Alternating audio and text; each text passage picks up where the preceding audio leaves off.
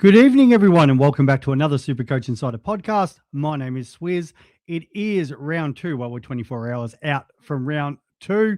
Hope everybody enjoyed their round one. For some people, it was fantastic. A few other people, it was a disaster, depending on what players you had. 45-minute Q&A. We won't go the 4 hours like we did the other day, only because my bub and my other half will absolutely kill me. But must admit, I did really enjoy the long episode with all the guests the other day. We will ensure to try to get some of them on throughout the season. As always, check us out on all our social media platforms, in particular YouTube, Spotify. Like, subscribe, all that stuff. If you want to reach out to me, at Swizz26 on X is the best way. I'm usually pretty active. I do apologize if I am a bit slow over the weekends, but as leading in, I'm usually pretty good at getting back to people who hit me up about any Supercoach questions in particular. As always, chuck in your questions and we will go through them. I do have my Parkfield shirt on. It's not a Carlton shirt, but yes, the Blue Baggers obviously did beat my boys the other day. Well, Tom Lynch kind of, maybe the other way lost it for us. So I thought I'll wear something that looks like the Blues logo. But it is actually my old cricket club top. Congratulations to them as well. Well, commiserations, because they did obviously lose their Turf 2 grand final, but well done to the lads making it anyway. And why I'm sort of gloating about things and talking about my old club,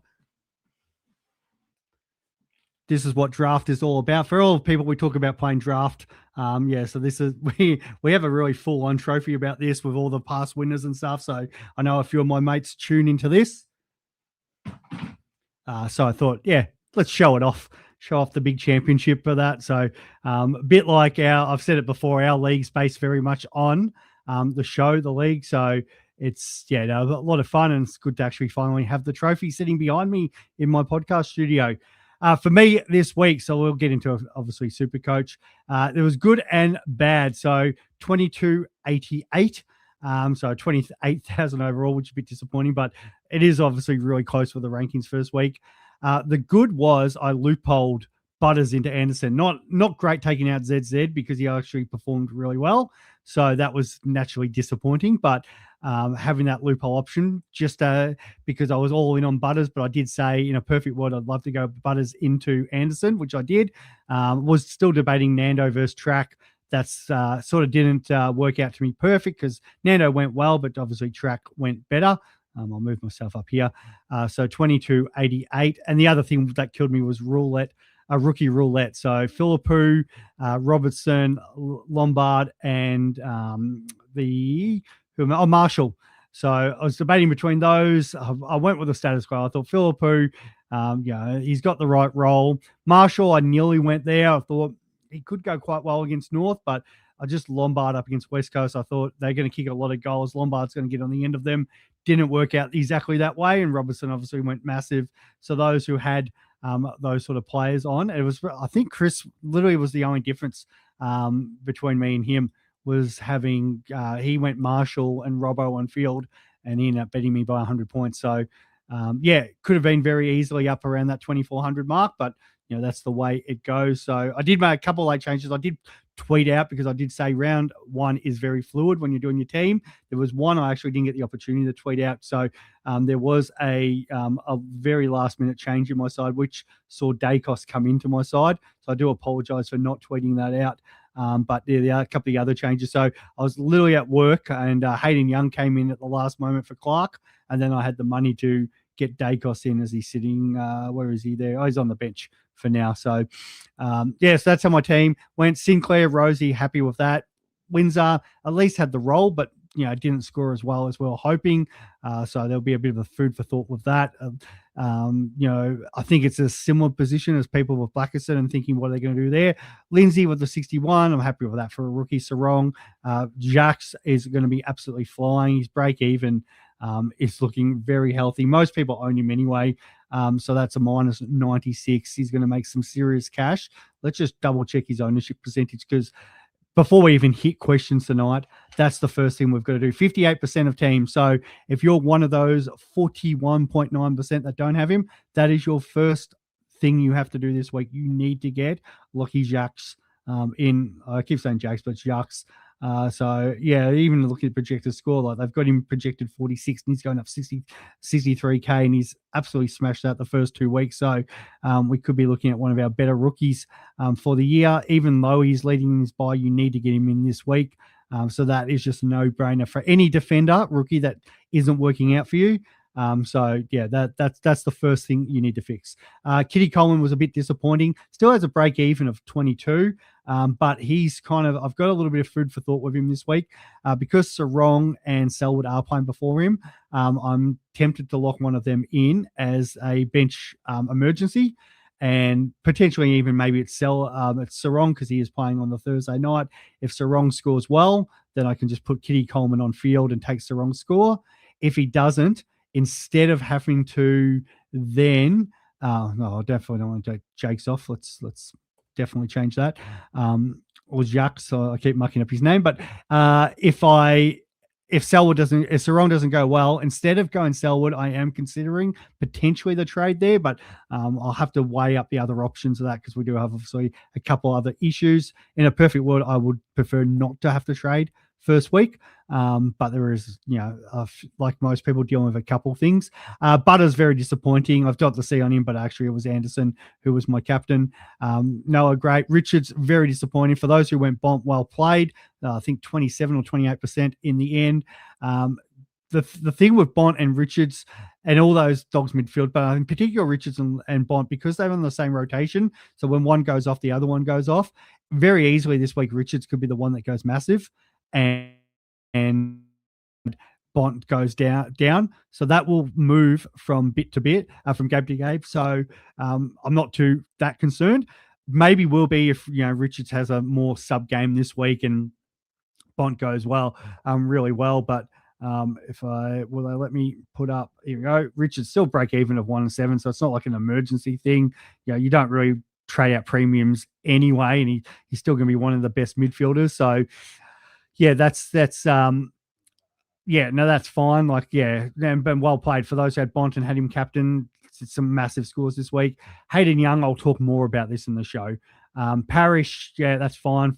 93. If you don't have Tanner Bruin, you've got to get him in. A few people were talking to me about the fact that they didn't have him, and then kind of went like more a little bit guns and rookies. I wanted to kind of see how he went. So that's 55% of sides. So that's again something you need to think about, but not just yet, because obviously he's on the bye this week. His break even is going to be great. So you've got that extra week, but you do need to consider what you're doing cash-wise.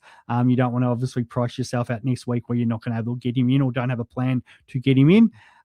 Carroll, Blameries was great off half-back. So even, Carroll's going to be an option for a rookie, break even minus 45. So, he's going to just tick along for now. Walsh was a little bit of a concern. Played actually reasonably well, just didn't get the points that he probably should have from some of his possessions. Jagger, I think the only people who don't have Jagger Smith are probably just people who've got autocorrect sides. What was he in the end? 85% of sides. That break even. He's got real options here to be a pair, keeper. We always see there's always one rookie that ends up being in our side forever. This guy will take a lot of stress away from our midfields. Even a projected score of 49 next week and he makes 71K. He should absolutely smoke that in. Timmy English, great in the ruck. He got the pretty well the same as Cherry anyway for 87K cheaper. So happy with that. McAndrew needs to be on field, so that a lot of people will be looking at that option there. If you've got him on the bench, that's going to be a concern because he absolutely killed Cameron. I've got White. Probably would have preferred ZZ in the end, but it did work out, I guess, from that loophole option, scoring that extra, nearly 40 points. But is it really worth it for the cash that I maybe missed out on? I was surprised how well ZZ played and how bad Brisbane played, so may have to consider that as an option. But Brisbane with the bye this week, I don't need to worry just yet. Sheasel, Petrarca, tick. Flanders got a lot of it, so that's fine. Buderick, people were disappointed on. He's 245 guys, so break even still of minus 39. Don't stress there. Lombard, Robertson, you definitely need Dev if you don't. Marshall, just a bit of a wait and see for that injury, but the talk is he'll be fine. Philippou has the question mark. He will be highly discussed tonight. And Sharp was a little bit disappointing, but we get another game to see him. So that is my team at the moment. All right, as I can see, there's a lot of people now with their questions, so we'll be able to go through this. The big concerns will be Goulden. So That's where I went Dacos. So Goulden came out, Dacos came in. So I got really lucky around that. I was a little bit worried early when at halftime Goulden was flying, but Dacos, is Dacos. Yeah, it does make me a little bit concerned this week, but not having that extra player, so that does help. So that'll be the first concern because Goulden is out 14 to 16 weeks. As you can actually see the photo that I've on my screenshot as you click onto the YouTube video, the two that I've got there is Goulden and Hayden Young. Hayden Young is missing this week. That hamstring is recurring.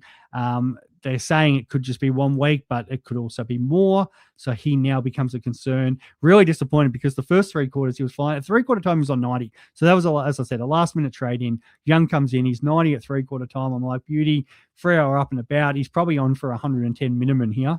And then goes and spends the last quarter up forward, doesn't get near it. Actually had his arms chopped at one point, should have got a free kick and a shot on goal. Gets -10 for the quarter, and then he's missing out injured. Like, it could have not gone from any better to any worse in the space of 30 minutes for us owners. So that's where the discussion will be, and I'm sure your questions will show that. So here we go. FPL Down Under. Hey, how hope you are doing well. Yes, mate, I hope you're doing well for starters, and I'm doing great. Went off to, what did I do? Baby Metal last night. So if those people who follow me on social media, yes, I was at the Baby Metal Japanese metal band, loving, probably my favorite band out there, which is kind of weird because I know people don't really rate them as a heavy metal band, but they're amazing concert. And the only disappointing thing, they only played for 75 minutes. I won a 3-hour Baby Metal show. So I'm going great. So Heaney is being rested and Goulden out, obviously, for a few months this week. Cleary and Corey Warner is as replacements. So we were talking about this in our Supercoach chat through, and obviously I'm in quite a few different Supercoach chats, but we've got the one where we've got quite a few former winners in, which is helpful bouncing ideas off them because obviously they've been to the top of the tree, and then other people who've finished highly ranked multiple times and content creators. So it's a pretty awesome group chat. So we're bouncing around Sydney. What happens here? So who is it good for? You'd think Warner, as in Chad Warner, spends more time in the midfield. They've also got Sheldrick. Mid-pricer, never necessarily like those options, but it's one to watch. The great thing a little bit about the Swans is we get this week, they get the bye, then it's into West Coast. So because some of those guys, their break-evens are actually fairly decent, as in quite high, it's not like they're going to go up in a lot of cash this week. So we actually get a free look at him before they go to West Coast. And then we get to see if Heaney is actually back or if he isn't, and more probably what's happening there. So we get to look at that. So is it Sheldrick spending more time in? Does he kind of dominate? Do they rotate through? Because obviously they got row bottom. McInerney, does his role change a little bit more? We saw what he did in the first week. Does he actually legitimately become a top 6 option? But he is the one that actually is going to move most in price this week, which is a little bit disappointing. Does Cal Mills go back in the midfield? Does that free up the fact that because they've got Riley Bice, Roberts, and of course Blakey, does that free them up a little bit more so Mills plays there, and is there a restructure? So I'm not wanting to move on a Swans player this week, but I'm very interested to see what happens against a good opposition against Hawthorn, because then their draw does open up a little bit, especially with West Coast straight afterwards. So I'm not trying to get in a Swans player yet, is the short answer, but I am interested to watch very closely tomorrow night to see what happens. So don't make that trade. Well, trade out Goulden, but yeah, just watch them, and then maybe another injury opens up. If you're going to short-term replacement like one of the GWS players we'll talk about soon, you might be able to move them onto a Swans player that gets the uptick because of the role.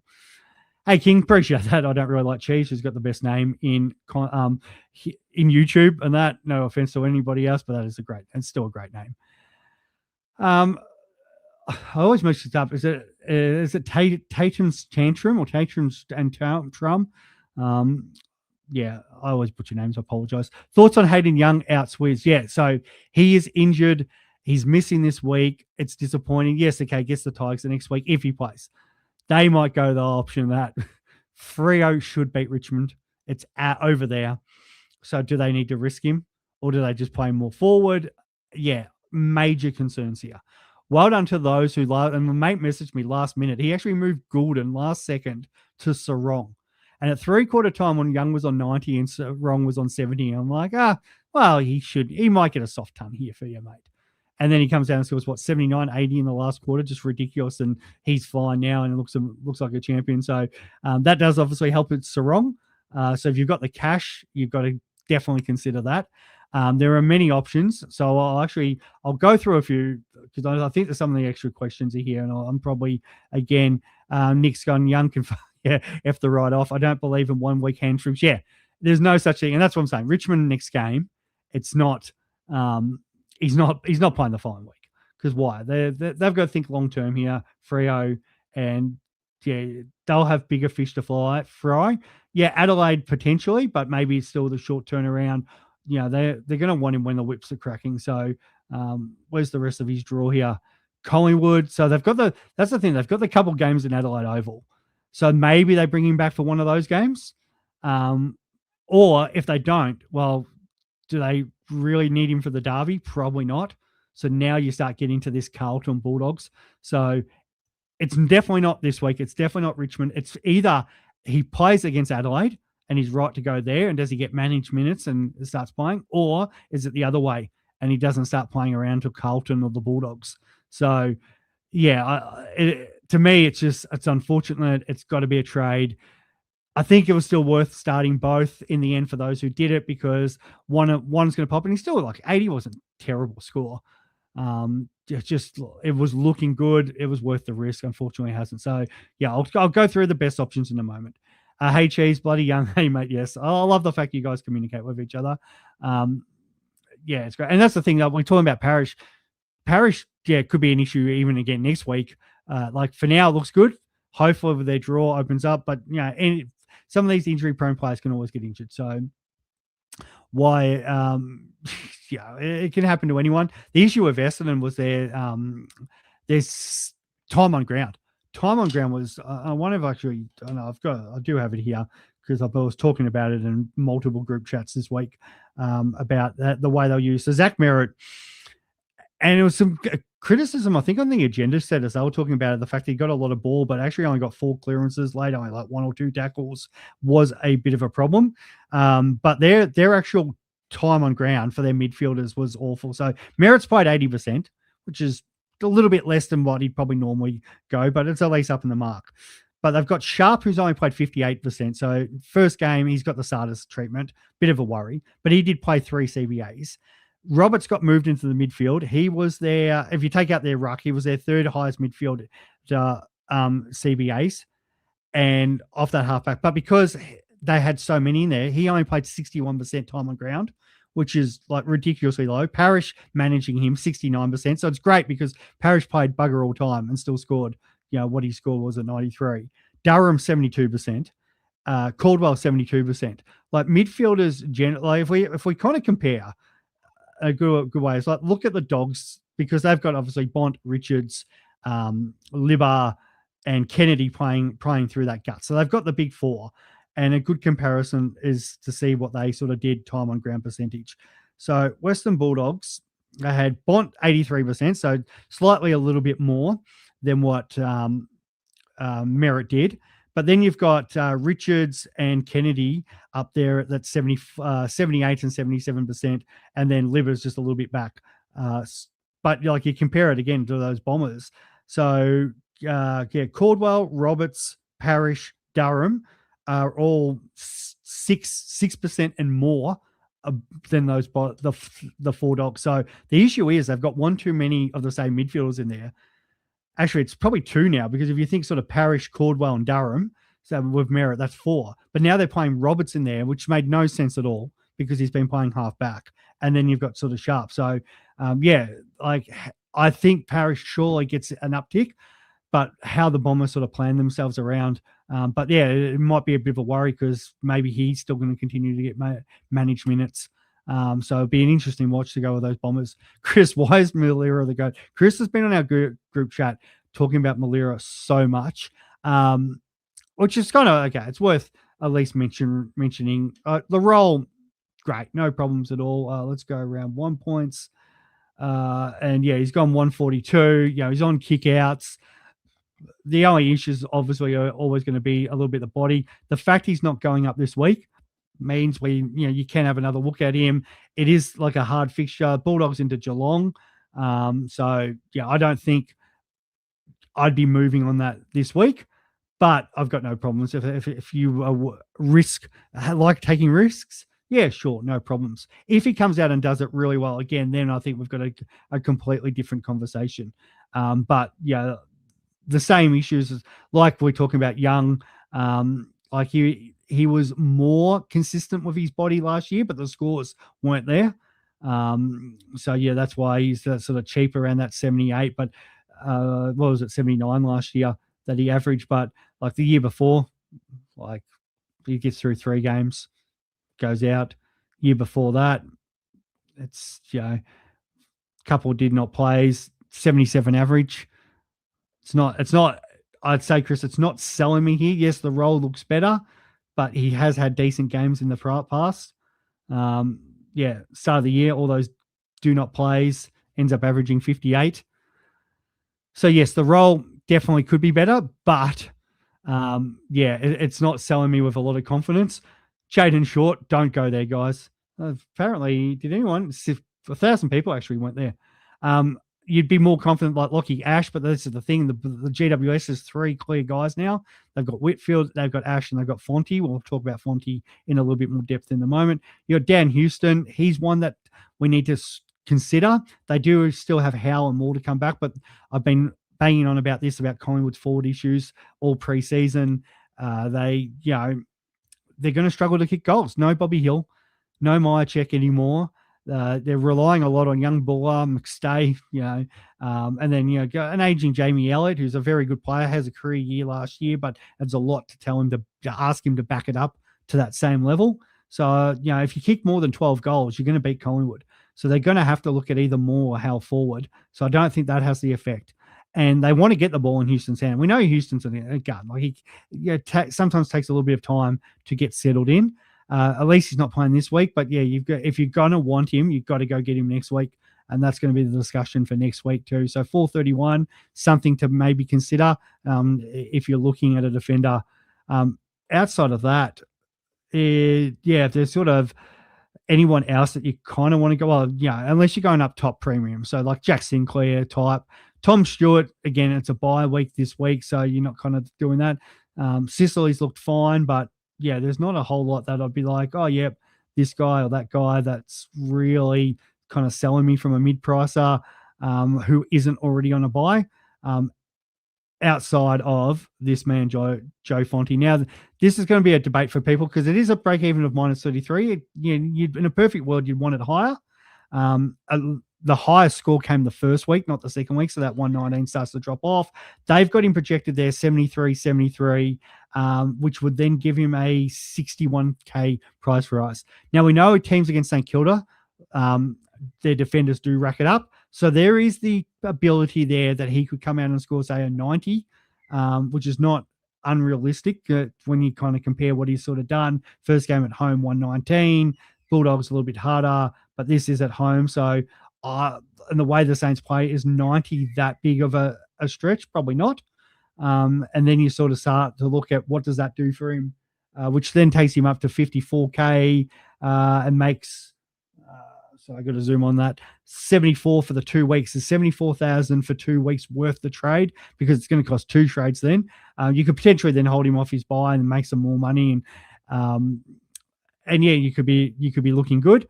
But yeah, if it sort of is that fine enough for a stepping stone, it does make it hard, because you're going to go one trade and you're going to go a second trade.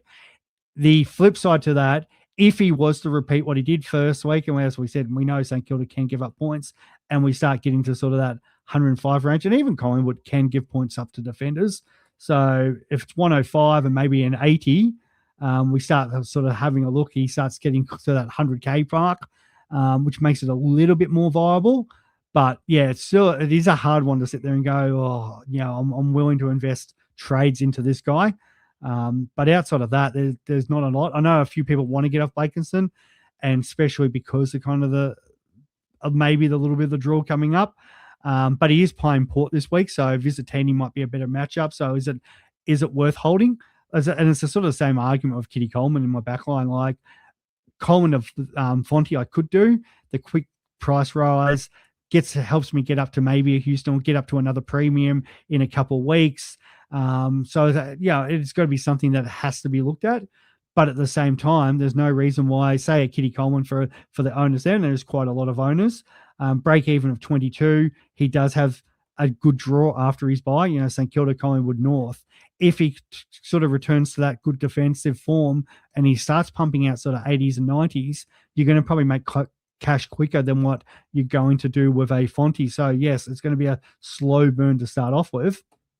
Now, the issue is if he keeps stinking it up, well, you can obviously get off that. And as I said, you can use him as a loophole. But, is it out of the question that Kitty could go 3 weeks in a row of 80s against these teams? We've seen him do it in the grand final before where he's gone obviously massive. So, like, you kind of start looking at that and go, okay, what if he does? And then all of a sudden you start seeing, he's jumping up to 331. He's made 100K and he's made probably more than Fonte's going to make for you. So these are all decisions that people are going to obviously have to make. So Malira, fine, but I wouldn't be jumping on him this week, mate. Apparently the whispers are Pooh won't play either, and that is a worry too. So with the bye, so if you don't have any of those other forward rookies that we've obviously most of us have with the ownership, or if you've got a loophole option that already where you can get in a Murdoch, for example, you've definitely got to kind of consider that. But definitely your Robertsons and your Lombards. If we kind of have a look at who's the most traded in and traded out, and that's probably a good place to also have a look at here. So we want Supercoach Plus, and we want, I think that is Coach's Choice. That's what we want. All coaches. No, we'll go all. Too early to go top 1%. So round one change, if we have a look at who's getting traded out, Goulden, obviously, 23%, 40,000 coaches. Philippou was second on the line. 8% have got on and dropped him. And then you've got your Colemans, and people have started other players like your De Goeys and Zeeks. So people who are bringing in, Murdoch's the popular one there at 99K. Braden Cook, probably my most disappointed one because I had him for most of preseason, and I'm blaming Joe on this. Joe convinced me to the world, get sharp, and I was not convinced at all. And yeah, he still could be all right, but Cook, I really did like. I like the role. Yes, Hinge is back to 4 to 6 weeks. But, at least in that period of time, Cook's going to make money. He looks very comfortable at the level, and other injuries can happen, and he could still retain his spot there on the wing, and Hinge could go more half back. They could look at other options. So if he's playing well, they're not going to want to drop him. So, yeah, there's at least enough of a period of time there. I'm always big on not trying to trade these rookies in. I don't have Sam Grill. He was great, but as I did say, you want to see their second week. But at the same time, if you've got people that you can trade out, you've definitely got to kind of consider that. Let's see if it actually, my thing wants to play ball here and scroll down. It does not, so we can't actually have a look at Cook's projections. But let's see if we try that. There it is. Sorry about that, guys. There we go. Cook. So they've got him averaging 42, 43. And so let's go a bit more realistic. Let's say it's 60s. Is that completely out of whack there for a guy that's been in the system for a little bit longer than some of these other guys? We know rookies can put up 50s too, but let's say 60s. Let's just go 60s. Next 3 weeks, 237. So what's that? That's 89K. In 3 weeks. Yeah, if he can sort of keep up. Now, being a more expensive rookie, and that's the hard thing, trading a guy like this in after just 1 week, because if he does stink it up, then you're kind of stuck with him. If he does well and it actually goes even higher, then you're looking at a guy who could make 150,000 for you, especially if Philippou's not going to play anyway. And especially, he's going to miss, and then he's got the bye. It is a bit of a worry. So yeah, he is a bit of a trade in regards to other people on that list. Like, he can go up, but most people have got don't have the cash to turn a rookie into someone else. So it's really looking at these rookies that you might not already have. So maybe if we go filter and have a look here and go, what are we going to probably say, under 200K? So what are our other options here? There is, Phoenix Goddard, but again, I don't know if it's it's what you want to go. If you've got the loophole and you can actually get Philippou to your flex and get Murdoch in, it's definitely something you've got to look at. For sure, if you for whatever reason don't have McAndrew, get him in. Goes the same with Blair Myers. Outside of that, in regards to forward, like Roses goes up this week. I'm not convinced. And he's got the bye the following week. Gothard, you're going to be in the same sort of boat. At least he's got 2 weeks of price rises, but he's not really, it's not selling. So, unfortunately, there's not a lot that comes sort of through that afterwards. So you're going to be probably taking a little bit of a risk anyway if you don't have a loophole option. So maybe it's just worth kind of going Cook because there doesn't seem to be too many of the other answers in there. In regards to Hayden Young, because that question obviously has come up and who to sort of go for. So if you've got the cash, or you can go sort of a mid-pricer down, let's just say you've got Coleman or Blackson or something, go down to a rookie that you don't have, then it does open up one of these more expensive guys. So if we go back up here, so if you're going, let's just say Blackson's, 297, 298, and you got down to a rookie price player, and all of a sudden you free up like 140k, and then you start getting up to this 500-ish range. Now, if, for whatever reason you don't have Petrarca, that's a problem. If you've left some cash over, then it becomes a different story. So, so it's hard because some of these guys don't have buys. Caleb Sarong at 571 has to be considered because of the draw and the fact that midfield opens up. Outside of that, like Finn Cullen, great, but he's got his buy coming up. Luke Parker is going to be an interesting one. I'd rather have another week looking at Luke Parker. Mid-price up. The problem with like Windy, and I think we had a question there, and I know it's Godfather's man this year. Like the break even's good. Problem is he does have the buy in a couple of weeks. He's just going to keep churning out 100. So I think I said the other day he's averaging 98 now over his last 11 games. So it's fine. He's that sort of guy that's going to go flat 100. The only he'll make a little bit of cash, but then he's not making a huge I think we can comfortably say he's going 100 because that's just what he does. So see if it wants to let me go 100 in there, and let's go 100 for the next 3 weeks because there's enough of a sample size to say that's what he's doing. Actually, let's go 4. So if you're going to have him and then put a buy, gets up to 500k. So it's only 60k you're making, but at least you get in the scores on field. That might be a bit more comfortable. So that's fine. But it's sort of 60k. Then what do you do with him? Do you just keep him up to his main buy in the middle and just be happy with a guy scoring 100? It has the feel that it's very Chera-like from last year, where I end up keeping Chera for the whole year. And that's the sort of thing like Parker. At least Parker will get dual status playing in that role. Do we trust Clarko not to change things up? But they clearly want the experienced guy down there. So it could be, Parker playing in that role, a more comfortable option because of their fixture, which is really soft. And the fact that he could, gets DPP.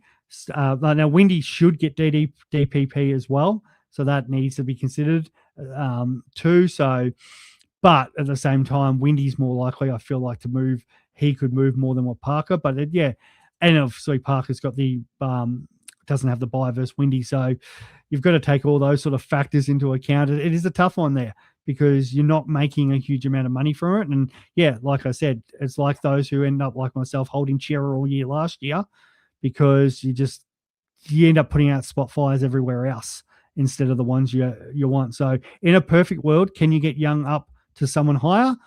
And the annoying part is Tanner Bruin, if you don't have him, he's got the buy this week. So the other mid-prices aren't really options. If I knew Max Hall was playing midfield every week, I'd be really tempted to go there. But I'm not. And then like some of these, the Swans options, okay, cool. Logan McDonald, meh. It's a real tough one. I did hear somebody bring up, I think it was Benny Boy, brought up Rankin this week if he's back. No one's going to own him. So if you can maybe get up to sort of him, could be a top option. But it does put these, if you've left no cash and you've got no other spot fires to put out, it does make it hard to sort of trade these mid prices because not really any others jumped off the page for us. But some people in the chat might have some options there. So I will continue to move through these questions. Pooh, we talked about that. Malira is just more likely to get injured for sure. It is what it is. Yeah, can't win them all. Yeah, there's a side conversation going off in the chat, which I love. Fozzie, hey, brother Swizz, thanks, mate. Hey, hope everything is well. My only problem, my team is Blackerson. Long story short, go Fonty this week or hold the trade next week for Young and Cook. Also, are we keeping an eye on Reeves? Yes, we've got to keep an eye on Reeves. The second rucks did really well this week. So Riccardi once again, Reeves. I think there was one other that's escaped my mind. But yeah, those second rucks are coming on, able to do the jumping, getting those hit out to advantage. And yeah, they just actually scored quite well, better than some of the main rucks. I really hope Richmond go out and try to get Reeves out as the number one ruck if Nank wants to hang up the boots, because he looked great. So yeah, eye test, but we get to have another look at him. Hawks obviously have the bye the following week, so we don't need to move there yet. Excuse me. But yeah, Fonty, as I've talked about, you could short-term play, but or you could just hold. Like Blackerson isn't that big of an issue. He's not changing in price. You get another free look at him. Yeah, what if you trade Blackerson out this week and he goes 100? That's probably the question I've got to pose for everyone. And then what? You like the buyer's regret? It's the same as like, and this is the hard thing. You move on rookies in the second week. And the speech which I gave last week about Sam Grill looked awesome in patches. First quarter, third quarter, amazing. Second quarter, fourth quarter, not cited. Hopefully, and if he plays like he did last week, awesome as a Richmond supporter, love it. Think he's got a long future for us. Up against that Sun side, which we're going to struggle against. Now that ball might spend more time down there. There were moments that they could have given him the ball more and more, but they didn't. It's going to take time for the guys to grow confidence in him as well. He's going to have to defend more. And what if it is a stinker? What if the Suns absolutely belt us and he doesn't get hold of the ball and he scores 30? And this is where the danger comes with some of these rookies, because you go early, and if it is, so for me, it's like Coleman's my example. So I go Coleman down to Grill, like other people are going sort of Blackerson to somebody else. So I'm just using. So yes, the break even looks amazing, and I probably want to have Grill because I think he'll do well. But hypothetically, they've got him going 40s there. So if he goes 40s, he actually only makes 30K. Now I think he goes reasonably well, but the draw's not kind to us early on. It opens up, but for now, the Suns. Then we go to Freo. Port didn't look great on the weekend, so that could be anything. GWS away. But as I said, if it's a real shocker this week against the Suns, which is no other question. So he goes 30, and then let's just say he rebounds, shows us what he did in the first game. Could go like a 75. Oh, well, Freo might be tough, but let's just say it's Freo. Port, he goes a reasonable game. Let's say he goes 60, and then the Giants, let's just say he struggles. Let's just give him a 40. So you start projecting that and he goes, okay, jumps up 208, slows down, gets going again, and all of a sudden, he's made 70K, which is fine. It's a rookie. It's doing his thing, but, am I getting the same amount out of other rookies? And this is the whole issue here, and this is where it's buyers, not remorse. It's buyers beware for Cook and any of these rookies, because could get injured, roles change, people come back. We talked about this with Watkins with Port Adelaide.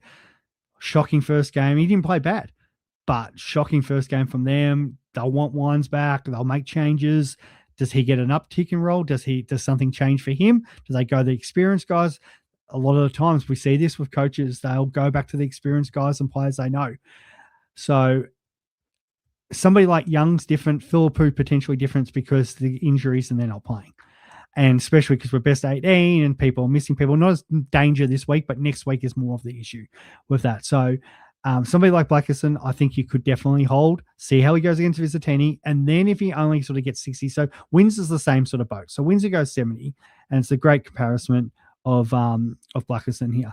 So I could easily trade Windsor. It doesn't look good. He played in the midfield. He did actually everything I wanted. He played in the midfield, just didn't obviously score as well as I would have liked. So even if it's like, okay, cool, he plays in that role and he goes 70-70, like he's still going to make a little bit of cash. It's not perfect. So we'll just go 70-70 and he jumps up 20K. It's like, meh, okay, cool, he's going 70s. Am I willing to wear that? Because I've got other problems. And then hopefully the moment he looks like his break even gets close to what he's sort of scoring. So then he sort of drops off at 65, and then for whatever reason, only goes 60 against Essendon, and, he's made 40K for me. Then do I go, okay, his break even's up now. Now he sort of moves. Can I now start to use him into something? But at least during this buy period, he was still scoring 60s and 70s for me in the field. It's not awful. It's a warm body. We're gonna probably have other issues coming up during this time. So that's how I kind of feel with Blackerson. Like, Windsor, Blackerson could spike a score. And if you sort of trade them out and go early when, it's not, they're playing, they're not injured. I think we've probably got bigger concerns at the moment. And as I sort of go up where I was there, actually, no, sorry, I need to go to Flex so I can go through those players that we were talking about before being traded out and traded in. Yeah, Blackerson was definitely on that list. So where are we here? All coaches traded out. And where's Black? Actually, here's Blackerson. Maybe because he's not. Oh, no, it is 17% of 17% of teams have him. Only 2,000 people traded him out.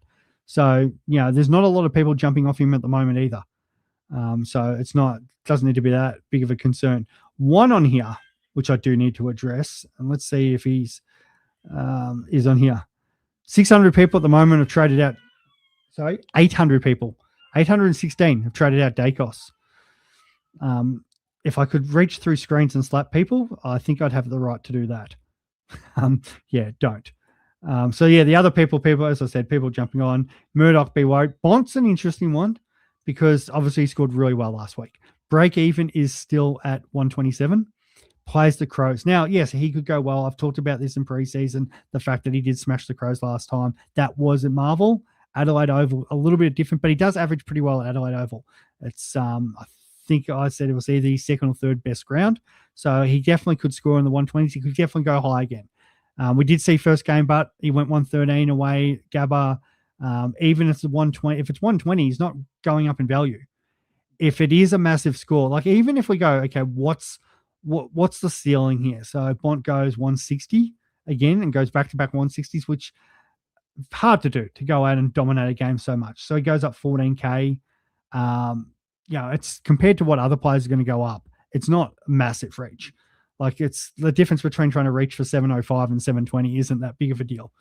I would rather just wait a week, let him have the bye, and then reassess for Essendon.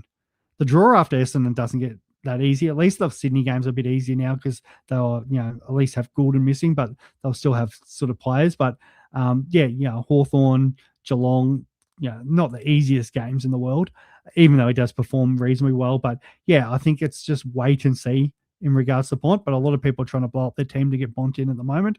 I would just sort of hold tight on that. As I've said, how many times have we seen it? Go early on trades and like that's what some people are doing. They're going Dacos out to get Bont. Like, you want Dacos in your side. And I was originally not the reason I actually brought Dacos in, I was going to originally go Anderson into Dacos and make that trade. The two reasons I didn't: A, if Anderson's flying and looks great, I'm probably going to want him and keep him. And that's why I ended up shoving Goulden out because, not have the extra buy player. Also because I was watching the game beforehand, which was the Geelong game. And Max Holmes is absolutely cooking it at the moment. And if I am doing that side slot, I was like, if Lachie Neale's flying or Max Holmes is flying, and Max Holmes, who's gone bang, bang to start the season, at 600K is where we talked about his increase last year. So he's gone 103, one in a loss, and 141 against Freo where came home. And they do have, so they go through, he's going to go up a little bit the week after his bye, but it's not much. If it goes 115, it's not a huge amount. But he's got Adelaide at home, the Hawks is a big game, and then he's got sort of West Coast. That could be anything. West Coast actually put up a reasonable fight. Like, they didn't get belted by 20 goals the other day. Sort of games like that can get ugly. But Holmes just seems, he's picked up where he left off last year, and he's potentially even better. We know he's obviously a young player, a bit like Richards in that sort of mold. Rules kind of suit him. So does that open up the fact that maybe I go like Anderson to a Holmes who's going to be owned by bugger all and has the potential to be a top 8, playing as Geelong's number 1. Lachie Neale's, they got smoked on the weekend 92. Finn Callahan is one that we've got to look at. So there are other players there that I'm like, oh, could I potentially work my side and open that up? So that's why I was like, oh, I better get Dacos in now, because I don't want that headache of having to try to get him in after his bye when there's other things going on. So so to answer like your question there, and that, Young, it's a tough one. It really is a tough one. And hopefully you can go one down, one up, and maybe it's the case of Sarong. So that's where it's sort of at with that. Corey, my last decision is Anderson versus Gawn versus Callahan for Gordon. Gawn was fine. Like, I think Gawn, it was just a pride thing. Like, best ruck, arguably, for the last 10 years. I don't think anyone's fighting me for that. Against a guy who's could be the heir apparent in the competition, but is already getting paid probably double the money what Gawn's been paid, like ridiculously. And we know the reasons why TDK is getting paid that money, but you've got to consider the fact that Gawn's like very proud man, and just showed TDK what to do. Is he going to be able to keep that every week? Rucks, we saw that. Like, Cherry was dominant, didn't actually do much in the CBAs, but did it a lot around the ground. And they scored. The ruck that scored really well was Jackson. Like, if your last decision was Anderson versus Jackson versus Callahan, I think it's probably a different answer, and I'd probably be nearly leaning towards Jackson. Callahan's great. Obviously, he does have the bye coming up. Anderson does have the bye after that. So it depends on your bye structure there, Corey, and then sort of who you're going to want long term. If you're thinking you don't want Jackson as that flex or that ruck, maybe you want that extra midfielder, then maybe it is a case of Callahan or Anderson in there. Gawn's fine. I feel like it probably might block you from the potential of picking up maybe a Grundy cheap. Like, the rucks are going to be interesting. So let's actually just get the rucks. So I'll trade my man Timmy English here, who I love, and I was big on him. I think he's the number 1 guy this year. Pittenet's fine, but I did say I think English is the number 1 guy. Jackson in 25% of teams. So there is a bit of a food for thought with me here too. Does it have to be Jackson? Melbourne, his old club. He's playing Richmond. Darcy looked absolutely awful. The worry was what happens if he has to share with like sort of Mason Cox, but it just does not matter. He's playing midfield. He plays everywhere. He just finds the ball. He's just such a gun. After that, Mac Andrew, the West Coast. It's like he's not really going up in price, so that's probably the one thing. But we know he just can score massive and dominate games. And he definitely has the ability in these rules. Cherry could go huge this week against Flynn, which is what Wits did last week. So Cherry, I'd probably prefer over Gawn if that's where you're going. There's the worry. 20% have him. Again, Gawn's fine, but I just don't feel like paying $690 for him. And especially this is the thing where are you going to block yourself too much of rucks? Like, if Reeves comes out and scores 100 this week, what do you do there? Grundy's going to lose coin. I still really like Grundy as an option. We know he starts slow and then he builds into his work. And like we're talking about Brody Grundy here, could go well against Hawthorn, but even if he goes back-to-back hundreds, like we're starting to get in that 620 range. Perfect world want one, and that's a 130 up against West Coast. Perfect world. I just want like one more low game in there. If you could go 100 this week, Grundy, and then just maybe only back it up with a 115 would be perfect. I think he goes better than that against West Coast.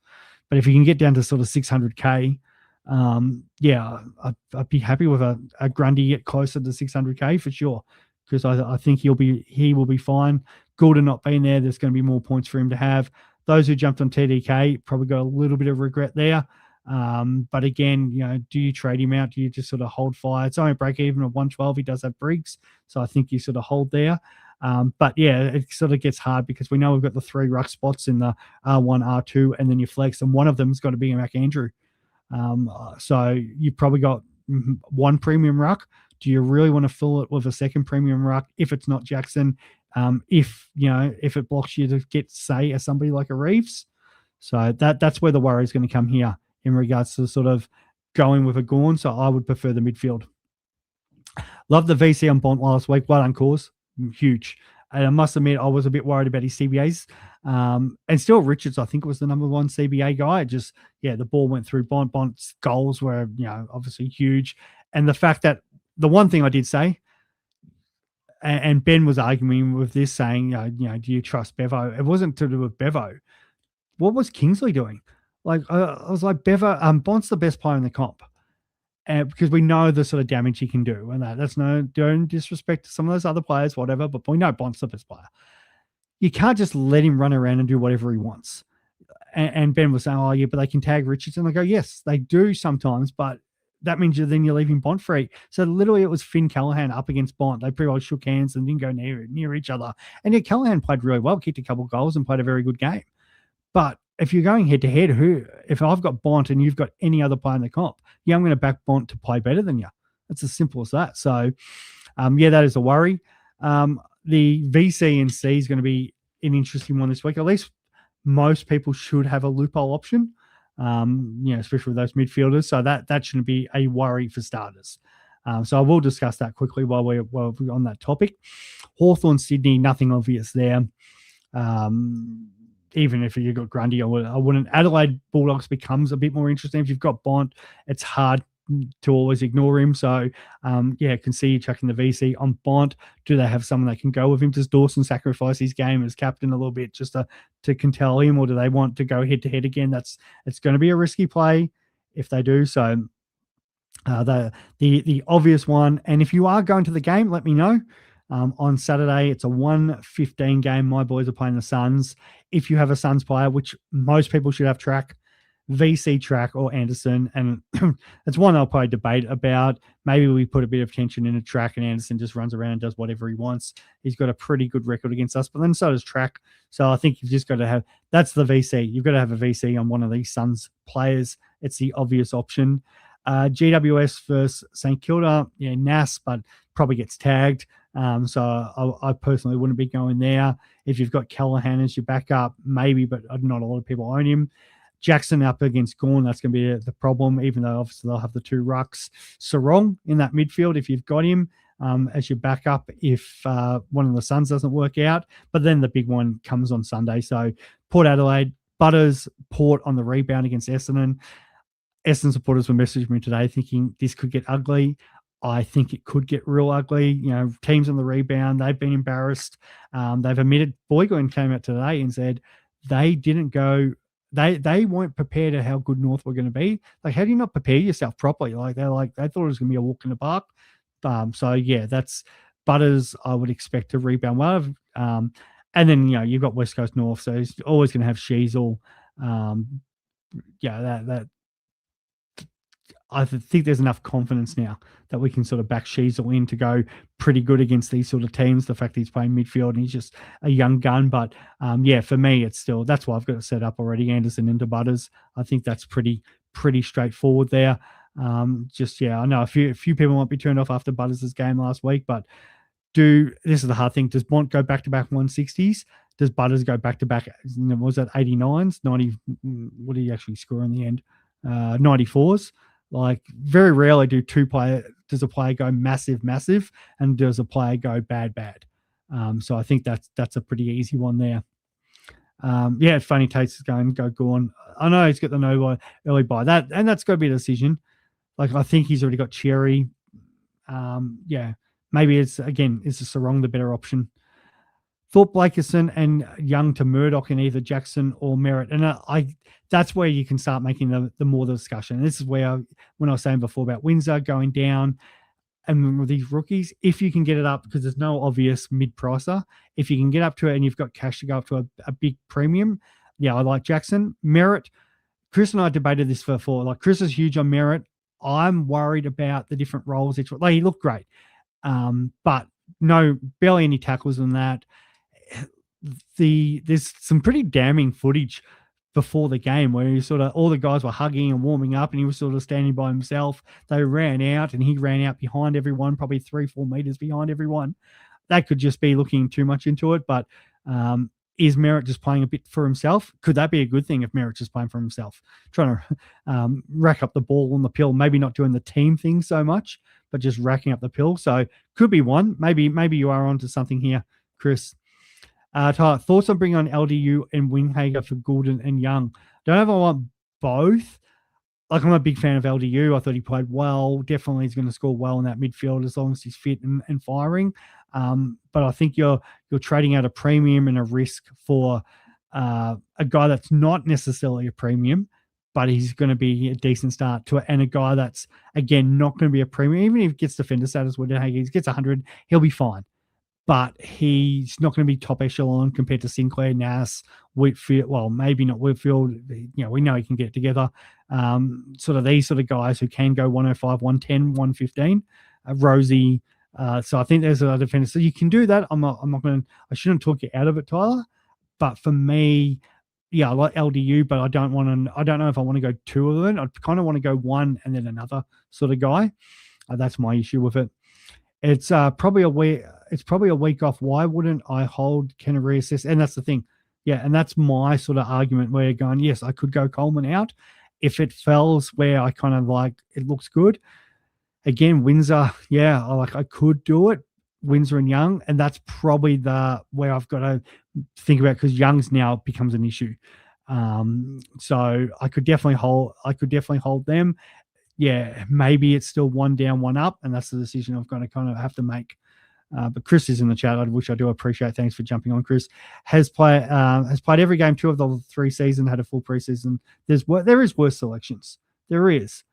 But I kind of want to see it again, mate, as I went through his stats. I think that's a pretty you're asking a lot for a guy that has never done it.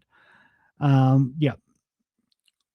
Okay, yeah, the 1 week hammy that turns into 3. Thoughts on bringing in LD? Oh, I didn't. Or for Goulden and Young, or L Jackson. And so I kind of like this better. Maybe even Foss, even if you could get down a rookie and then look at premium. I think that's probably better. There's nothing wrong with banking cash either, guys, because like if you don't go Foss, for example, if you go a rookie and then you have 200,000, that 200,000 could be very helpful next week if we get other issues. So, and that was one of the decisions I made in the end. So what I ended up banking 160. A mate of mine actually made the decision on the weekend. So he took out, because he had McAndrew R3, so he brings in White. He was going to have a premium. He banked $500,000 this week, and he still scored 2,400 and something. So he was like, well, it's nothing wrong with having cash, because now I can go out and make a change if I have to. And if it's not this week, maybe I can go the following week and bring in change a mid-pricer or change a rookie into a premium. And I've got the money to do that. So there's no wrong for having some cash there. Young is 100% go. The mass debate her, great name. Young is 100% gone for me to Murdoch, low grade hammy. Yeah, I agree, 100%. What do you think, guys, of Fonty? I've gone through what his cash projections are. That's going to be a personal thing for every person. Michael, only missing Bruin, which you can get next week, and Jagger this week. Have Grill, Sharp, Blamise. What's the best way to set up my midfield emergencies? This is going to be the hard thing, because at least these guys are all going to be playing, because you're going to have guys missing over the next 2 or 3 weeks. Some people who didn't go, it's funny, because some people are like, no, I'm not choosing premium midfielders who have got the early buy. But now, like with guys like Murdoch and Blamise and Jagger Smith, and these guys actually scoring decent, you can't actually want them on the field. So for the next 3 weeks, teams that have them, if they score well, probably going to get an advantage, because, your guys are missing, but we've probably spent the money elsewhere.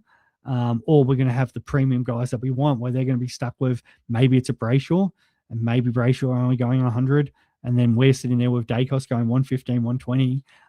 You're going to get the bonus of it. Somebody, I think, now I apologize if it wasn't, but I think it was Mass Debate Her, which last week put up the stats about players going 5 points more, the ones that you would rather, and then over at say a 10-week period or a 20-week period, that's actually going to be way more beneficial for you. At least we're going to actually get them on. The hard thing is what sort of rookies do you keep off? Like if you've got Watkins, I think that's an easy one to keep on your bench. But then Murdoch this week could have a lesser game. Some players in their second game don't.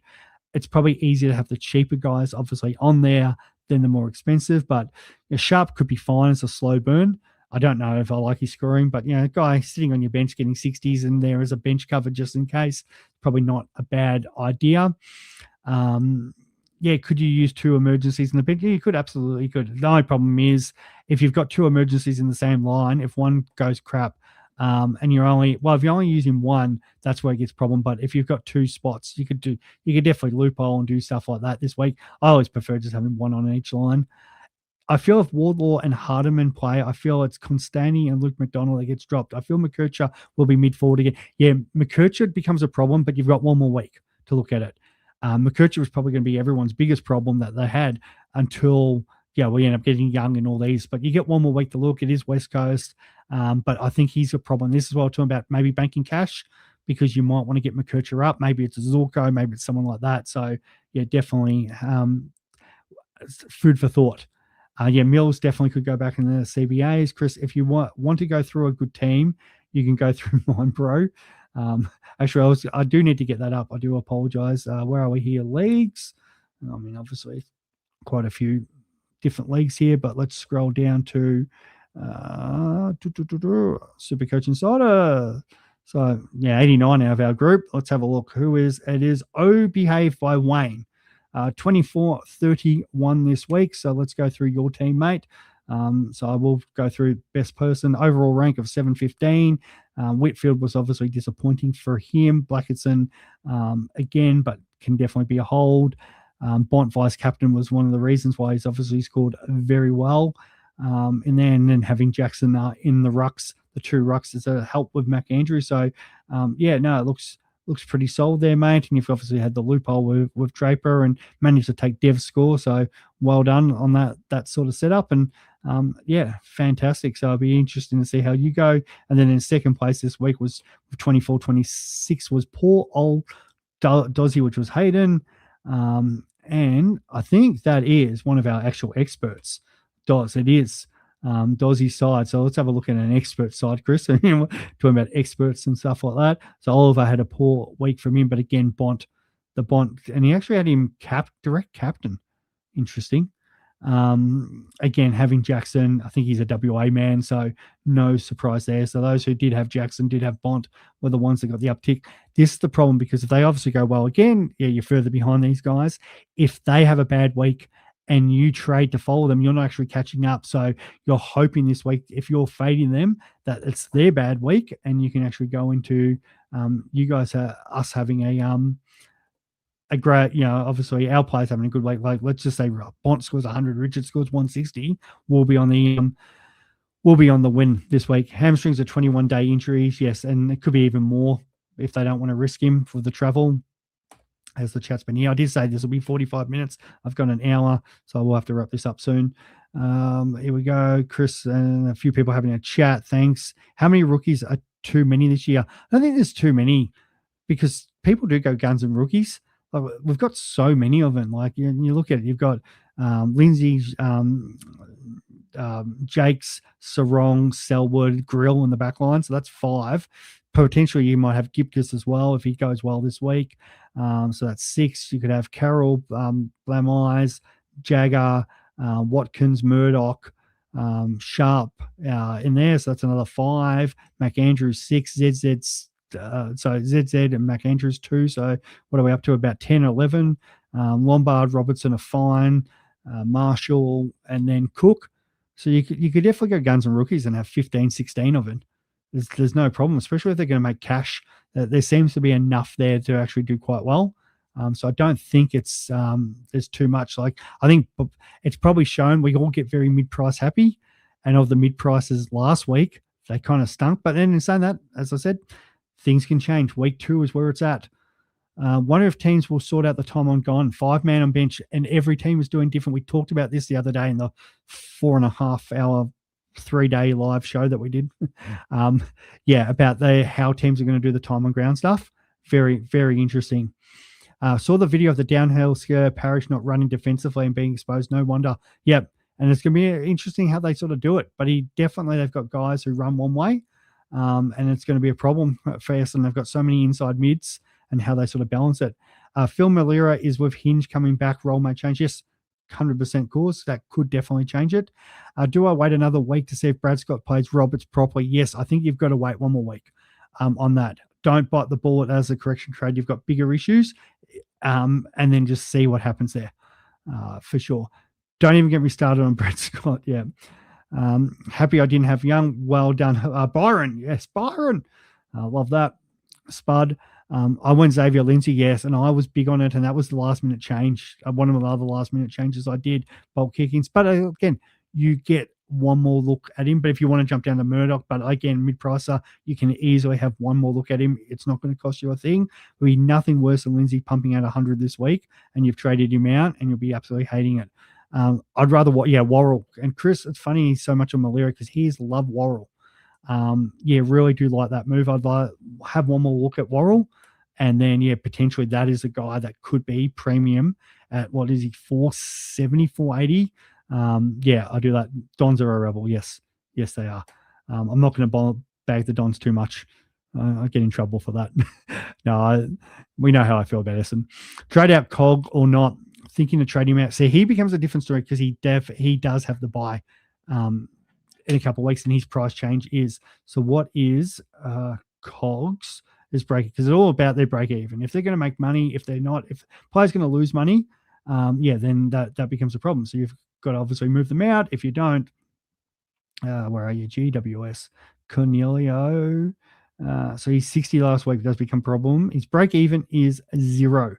So he's not an issue this week. And I don't know why that's. Let's not do that. Let's go. So Cornelio. So you get one more week. So you might make 30K from him if he goes 60. If he has a good week, you make more money. So that's a hold. Hold for 1 week. And just take the small win. At least you get some cash out of that trade. Yep, and that's what a masturbator said. You got to keep him for at least 1 week. And if he gets 100 this week, you keep him for 2 weeks. Bombers and Blues. Maybe I'll open that discussion for another. Blackerson, I think you keep him for 1 more week. What's the similarities? Yep. I'm loving this sort of chat here. When I probably got a bit more, as some of the Supercoach questions die down throughout the year, we might get into a bit more footy chat. I was pretty vocal about the Hawthorn Tasmania situation with Launceston today. I think that's on Fox Footy comments. So, but I won't get into that right now. Was that Holty? Hey, Swizz. Hey, mate. Thanks for jumping on. Stuck between Sarong, Anderson, and Callahan. Probably the good thing is Sarong doesn't have the bye. And now with Young out, at least we know he's not, that's less points getting dragged off him. Gordon on track, yes, was on track for 4, but there's still another 4 weeks. But he only needed actually, the hard thing is if he plays one more game, they need a minimum of 3. So McDonald an option for Young. I know he's 390. Look fine. The hard thing with Hawthorn, they don't look like they're going to be like premium scorers. They're all just playing their role and doing their thing. But he did score obviously 103, break even of 19. So if you're going to do it, you kind of got to do it now. First week was 94, 103. We know he's got the uptick of midfield. The hard thing is he does have that bye. It's going to go up. If it's only a 74, let's just say he puts up another 100 again. That's probably the biggest issue for this week. Well, if he gets 100, what does he jump up to? Especially against the Sydney team missing some midfielders, 35K. If you're going to do it and you like it and you can cater for the fact he's got a round 3 bye, then feel free and do it. If you've already got too many of those bye players, then it does become a bit too bit difficult. Do you think De Goey is a trade this week? I was big against De Goey anyway, so I'm more inclined to say I'm not a fan there at all. Hey Global, thank you, mate. Always a pleasure when you jump on. I really wish Max Holmes didn't have the bye this week. And that because he'd be an easy swap. He would be. These bye rounds. Was planning on going Goulden down to Murdoch, but need the bodies on field now that Young's not playing. You could still put Murdoch on field. It is still best 18 if you really want to go there and get the play that you'll want the following week if you're not that in love with Sarong. Almost safety in numbers now with Goulden down to Sarong. And that's the thing, becomes a little bit like that. Those who have got Goulden, those who miss Goulden, great. But you still got the score. So all it is it's one extra trade you're using compared to the lot of us. And if you all jump on Sarong and he goes, well, that's great. I've gone Goulden to Bond and Zeke to Murdoch. That's fine. It doesn't, because that doesn't change your buy structure. It actually helps your buy structure with Murdoch. So it's not really hurting you. Thinking of boosting early and going Hayden Young to Parker, but ideally want to really want to see. Yeah, and that's it. So I don't think that's the option of going the mid prices. Like you could play on West Coast, but that I am reserved about that Windy and that Parker move a little bit. Because as I said, I feel like they could be Chera-like from last year. Bont going to score 140 again this week and then buy. Yeah, I'm big on this 200 against Essendon. I think he could flog Essendon. So you definitely could do it for sure. Bont under 30 ownership he'll be my M1. Yeah, I'm big on getting Bont. I just didn't want to start Bont at 700k when I thought there was better options. And as I said, there's no reason why Richards can't be the one that goes 150 this week and Bont goes 100. Gould and the Bont, yeah, I think that's a good recommendation. Or as I said, even if you wanted to go down and get the cash instead of going Sarong and then get Bont after his buy, that's fine as well. Rookie coach AFL, Swizz, hope you're well. Yes, I am, mate. Of course, Goulden and Young are out in round 2 when we all want Holmes and Houston, exactly. And that's why it's no problem. If you can bank the rookies this week, if you're happy with it, if you're happy with Murdoch, you think we're going to need him anyway, bugger it, go the rookies. You might take a little bit of a points hit. If Murdoch scores the same as a premium anyway, then you're fine. And then you can just get the premiums you want the following week. So there's nothing wrong with that. Wizard out Goulden, Brayshaw, Philippou in Bont, Sarong, Murdoch. Thoughts? Yeah, well, that Goulden to Bont doesn't stuff your structure. Brayshaw, like I don't like that necessarily as much.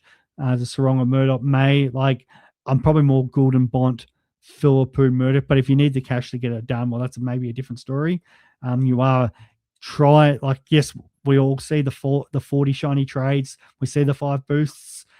If you can be conservative at this time of the year, it will help set you up late in the year when people have burnt through their trades. Wouldn't trade Burt. Yeah, that's right. And he does have a good trade. Brayshaw does play Richmond in 2 weeks. Could go really well against Melbourne. TDK couldn't go. Who would have thought bringing in a bunch of overpaid Carlton players was a good idea?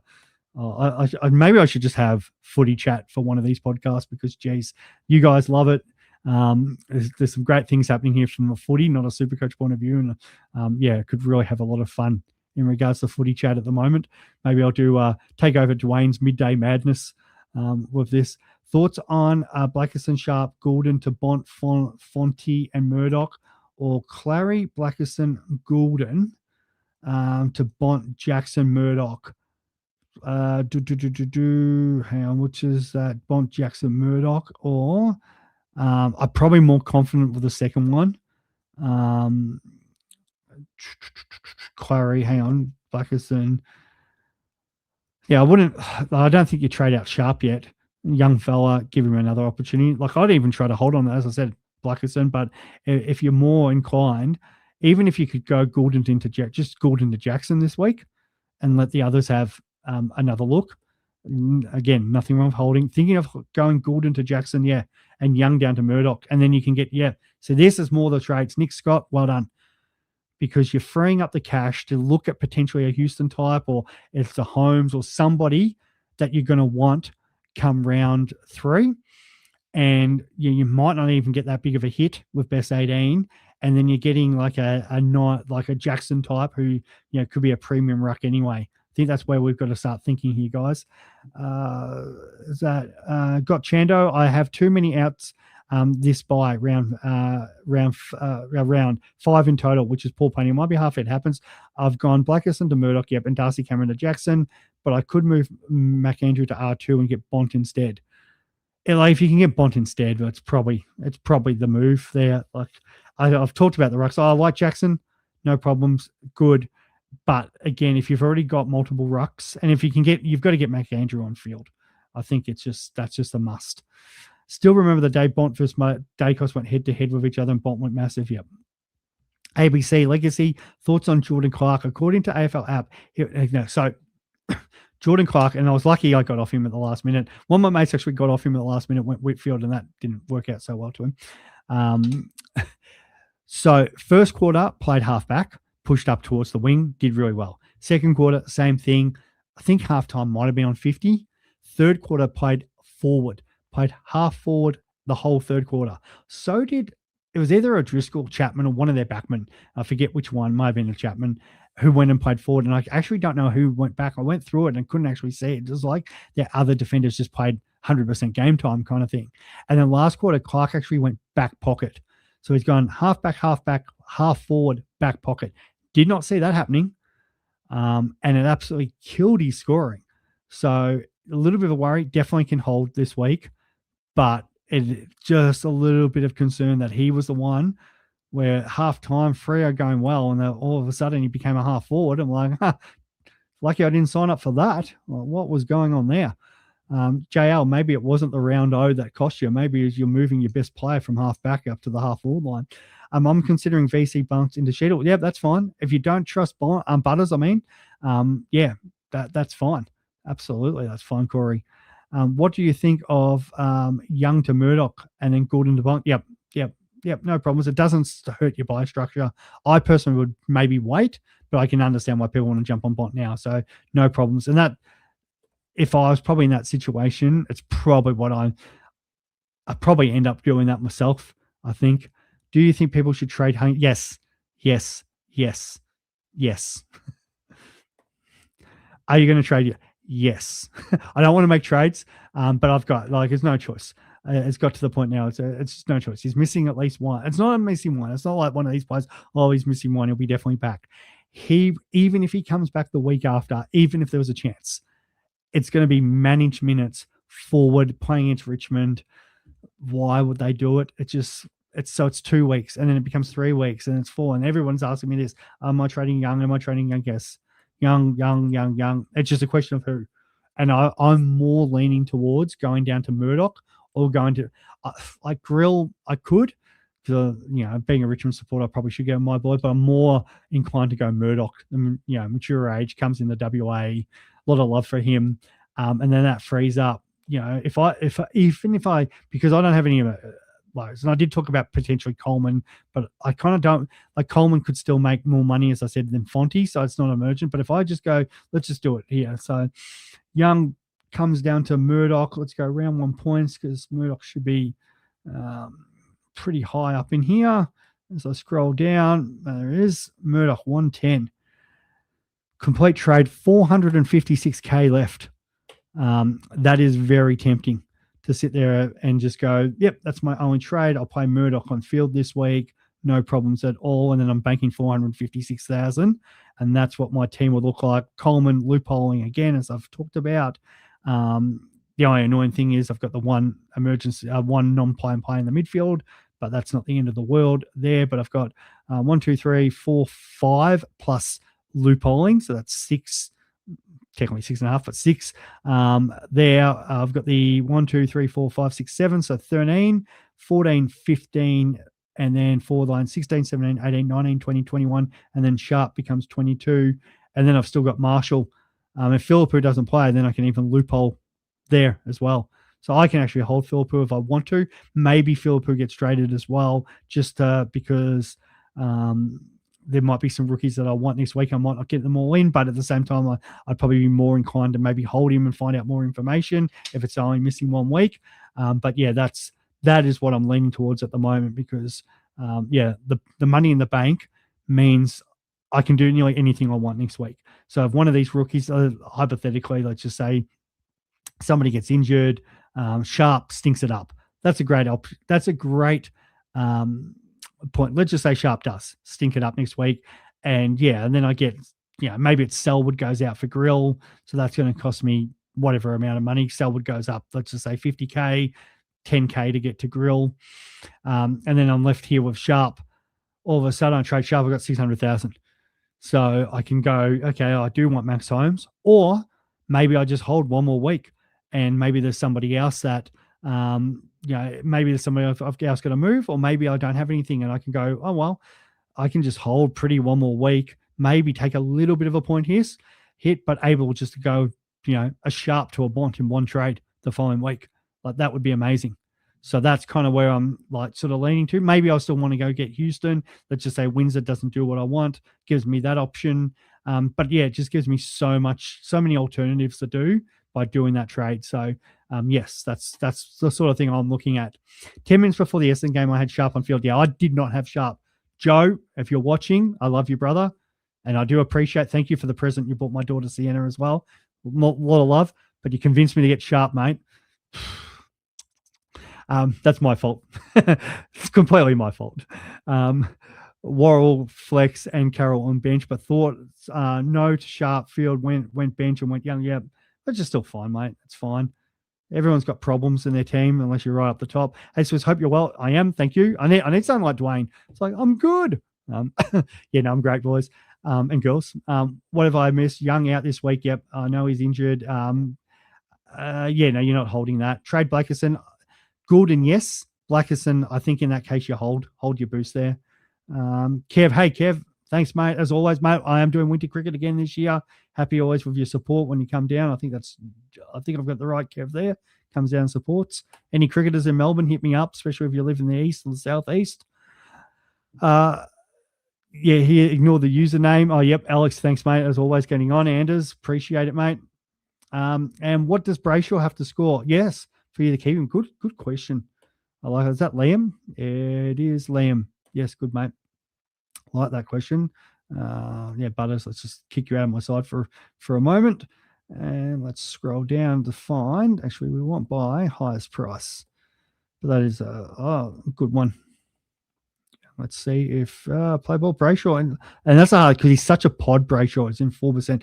Break even of 188, but we know it's not changing this week. So let's go through the options. Now, his last 3 games against Melbourne, 120, 137, and 89.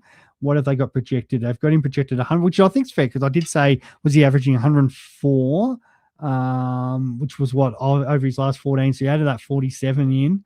Roughly, what's that? Takes it down by about 4 a game. So he's probably down to an average of 100 over his last. So, yes, let's just say he goes 100. I think he dominates Richmond. My voice. In saying that, the Blues midfielder didn't dominate that much. So let's give him 125. So all of a sudden, yeah, you're losing 34K if he goes 100. Starts to become a little bit of an issue. So he's pretty well there next week. Needs to score. Let's just say he has a really massive game. He goes 140. If he starts getting the 140 mark, or at least 130, it's only going to be a small dip. It's that sort of dip like you're like, okay, it's a premium, whatever. If you start getting into that sort of sub score sets, even like awful 80, then you start to get that break evens, out that 188. And even if it's, like, oh my God, what if he has a bad game against the Tigers? Like if it's a 110, you start dropping 50K. And then the next week you're dropping potentially more money. Like he starts becoming a 550 guy when other guys are going up. So it is a watch. I think, yeah, you want 120. And it also, you want a lot of these things also, it's role.